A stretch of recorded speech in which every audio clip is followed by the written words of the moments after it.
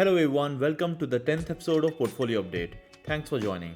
We have so much to get to in this episode. First of all, we are going to be looking at the curious growth of Indian stock market. We have experienced some crazy bounce back in recent times and our portfolios are looking to be on steroids. I have been researching on it from some time now and today we're gonna go through the data and try to figure out what's the reality. In addition to that, of course, we're gonna be looking at my personal portfolio, the aggressive investing portfolio. It has been doing really well over the past months, so I will be going over what I'm investing in and what companies I'm buying. Because there is one company that I have continued to buy over the past week. In fact, I just invested about 20,000 rupees into it. So I will be going over my purchases. Now on top of that, we have some news to get to. There is a new data coming up about foreign investors buying equities in India, and we will discuss on how it can be affecting our Indian market. Next is the best performing asset of 2020 and the last decade, and most probably the whole of last century, and that is Bitcoin. In this episode, I'm gonna be showing my holdings in it and also other cryptocurrencies. Also, I'm gonna tell you guys about my strategy for these. But remember, this is not investing, at least not for me. So I'm gonna be referring it as a hedge or the gambling. If you have different opinion, then it's totally alright. So let's start.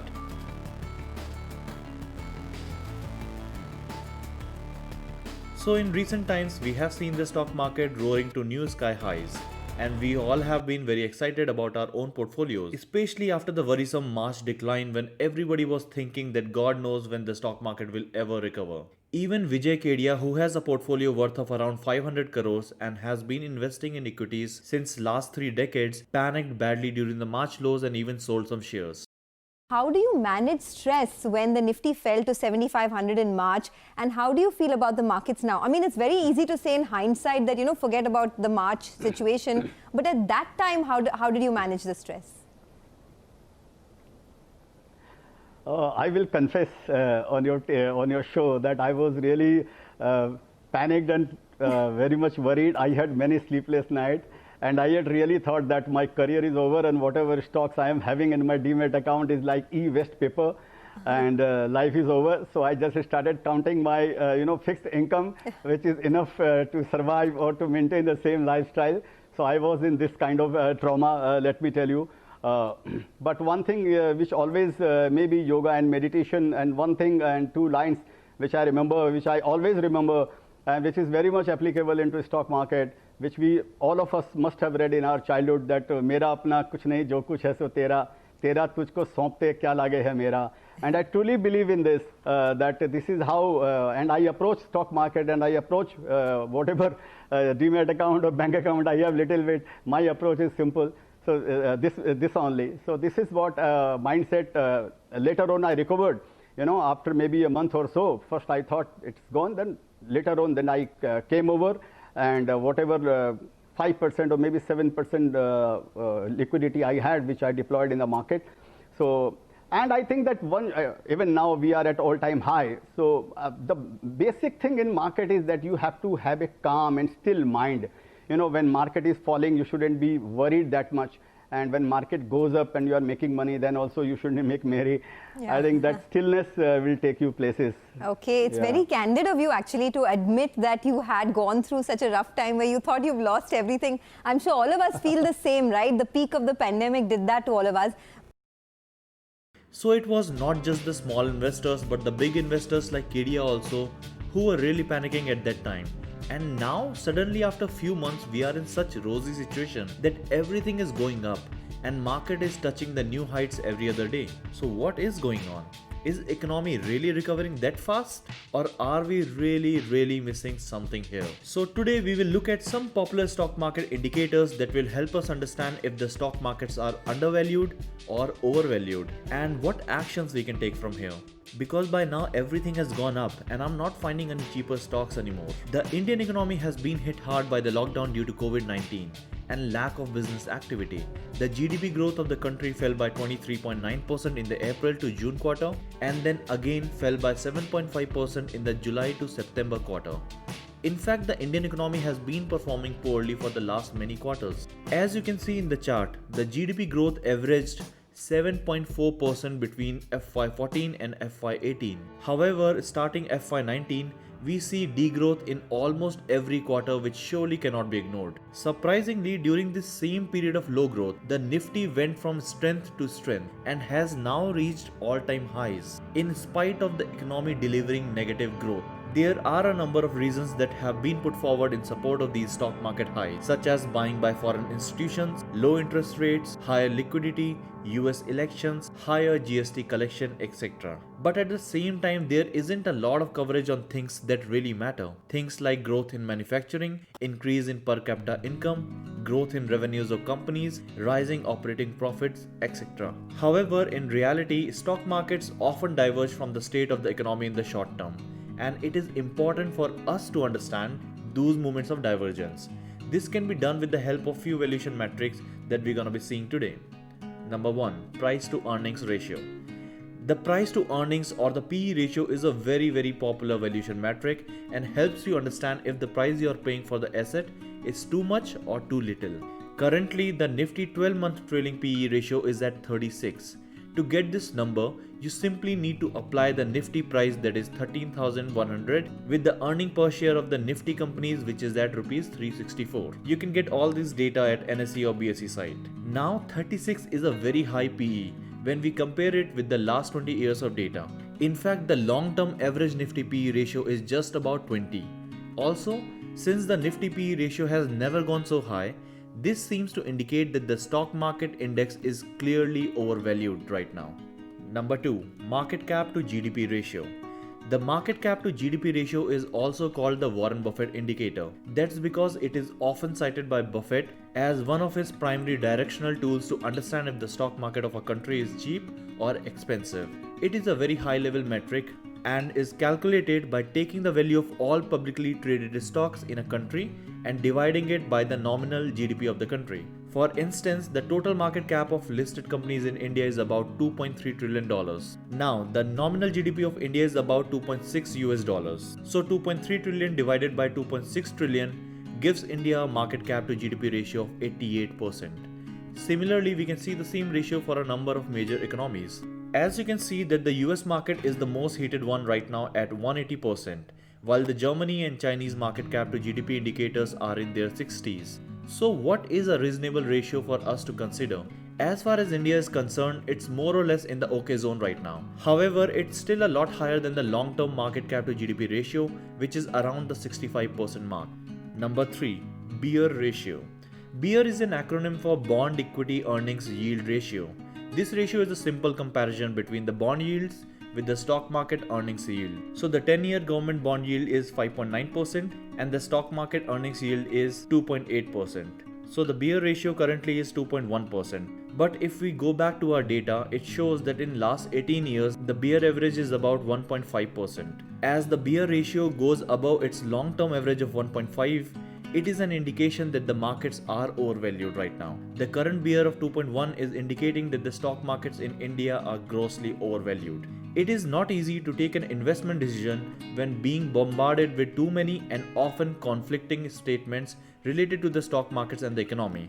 The best way to manage this is by investing in direct mutual funds through SIPs and keep it going on till you achieve your money goal. Don't go crazy just because your friend or some neighbor made crazy money in stock market recently. Now let's see what's going on with my portfolio. This is my aggressive stock portfolio where I invest in companies that I find cheap and they are not necessarily the biggest companies of India. So please make sure you guys are not copying any of these ideas because you can lose all your money. Okay, after the boring and yet important disclaimer, let's go on to my portfolio. So I have achieved 1/4 of my goal already and currently it sits on 20,18,038 rupees. As usual, the hero of the story is Butterfly Gandhimati. It is up 214% already. Rain Industries, which is my biggest holding, has also seen a bit of a run and it is up 32%. The jump also came after the company sold one of its subsidiaries and is going to use that money for debt payment and other company matters. So investors are happy about debt getting a bit lower and hence more buying has gone into it. This company is bound to see good jump into its price if they will be able to reduce their debt a bit faster than usual. Though I'm very happy with the way they are going at it and how the whole system works globally. But sometimes to entice more investors, you have to do things little bit differently. And that is why if the management starts getting involved more into share price and all, they can really see a great swing in the market that they had already seen in 2017 when it went over 400 rupees mark. Even achieving the previous high will give me over 300% return, and that will boost my portfolio to amazing heights as I'm heavily invested in this company. Just see the difference between the top holding and the second holding. First one is Rain Industries with investment of over 5 lakhs. And the second one is Asian Granito, which is merely 1.62 lakhs. Guys, please press the thumbs up button if you are liking this series of updates where I'm openly showing my portfolio and everything. You smashing the thumbs up button motivates me and also help my small YouTube channel in growing more. So in the future, the second highest holding is going to change soon as Edelweiss is already at 1.6 lakhs. I have invested a bit over 20,000 rupees in it recently at the average price of rupees 69, and I'm going to be putting around 20 to 30,000 rupees more into it.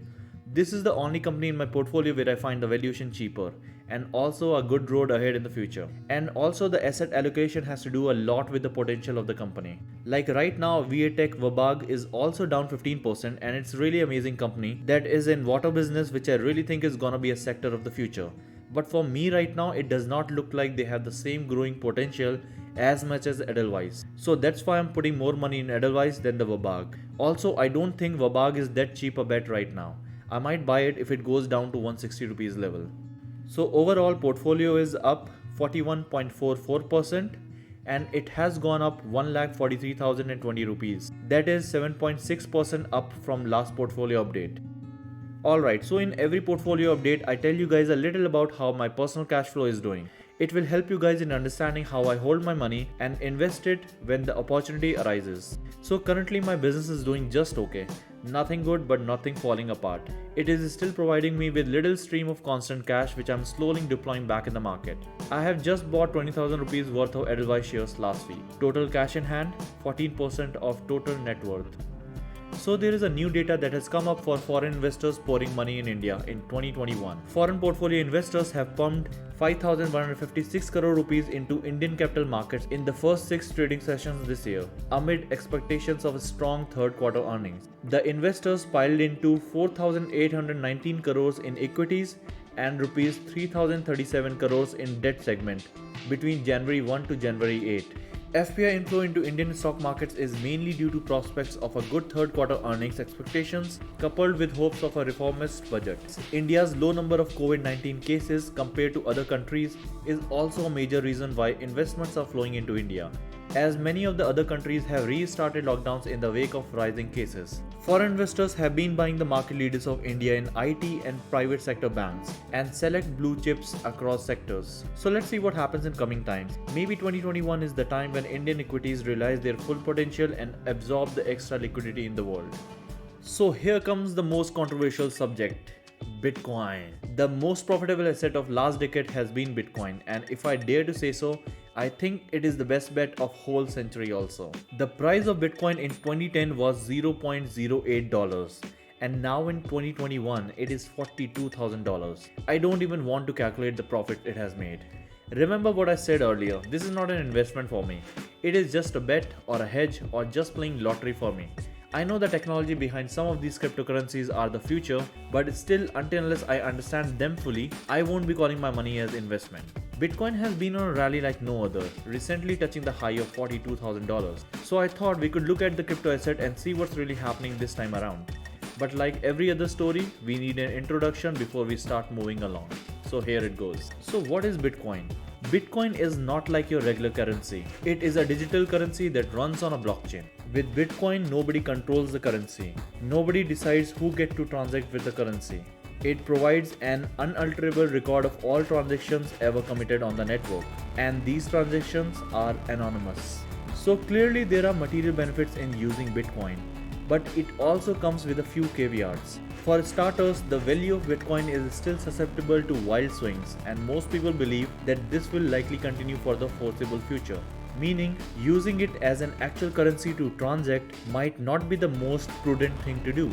More importantly, not everybody is convinced Bitcoin is the future. But irrespective of your personal opinions, know this much. Bitcoin has been on a rally like no other. Just a few months back, it was hovering at $10,000. But by January 1st, 2021, it had peaked at $42,000. That is quite incredible. And this isn't the first time it's happening either. Remember December 2017 when Bitcoin truly broke into the scene? That was when you couldn't go a day without some random bloke talking to you about Bitcoin. News media was raving about Bitcoin millionaires, office boys were discussing cryptos in dining halls. Hell, even the uncles selling LIC policies began taking a keen interest in these things. And then came the big crash. Within just 1 year, its price dropped from 20,000 to roughly 3,000.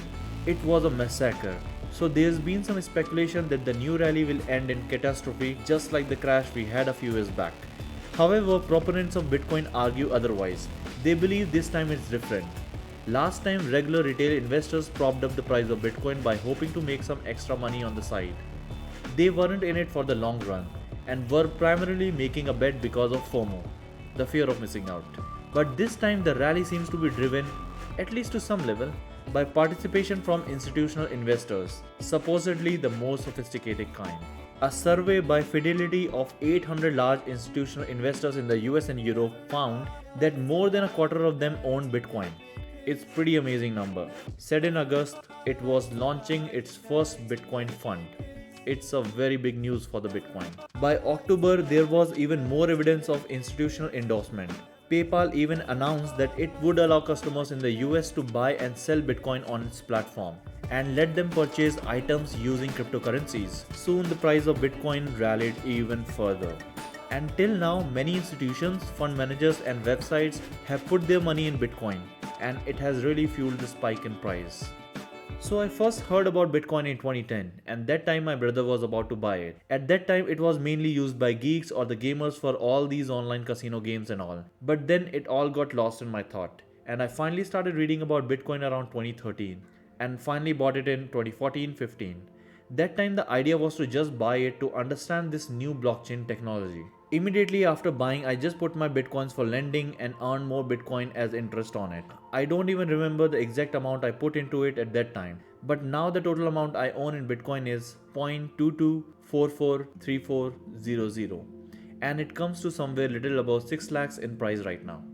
I have no plan to sell it. I think it can be a useful technology in the future, but at the same time I can't be putting a number on its value, so I will just let it be. I don't care much if it goes back to zero, but if it goes to $146,000 as said by JP Morgan recently, then it will be an amazing bet for me. Remember, I don't think of it as an investment, it's just a bet or a hedge, or maybe I don't go to the casino so this is my casino money. As much as I find the blockchain and other technology behind all these cryptocurrencies very futuristic and brilliant, I cannot call it investment unless I know and understand their whole universe as much as I understand the normal shares and companies. And please don't just go ahead and buy it without any knowledge. I also own 4 Ethereum and around 3000 of Ripple, which is also known as XRP. I sold most of my Ripple in recent highs when it went to some 60 rupees or something, and I think the time I bought it, it was around at 7 or 8 rupees. It was long time back. Same goes for Ethereum, and both of them I'm not going to be selling anymore in the near future. I just made some profit from it because I needed the money. So despite all the optimism surrounding Bitcoin and other cryptocurrencies, perhaps it's better to control yourself, especially if you're planning to invest a large part of your savings in crypto assets. On the flip side, it no longer seems viable to dismiss the idea of Bitcoin as a scam either. There is definitely more to this ethereal asset than what meets the eye. So maybe the only question right now is, what is it really worth? Let me know in the comments below what you think about it. Alright, that is all for today's episode. Press the like button if you like the video and subscribe if you haven't yet. My Money Universe.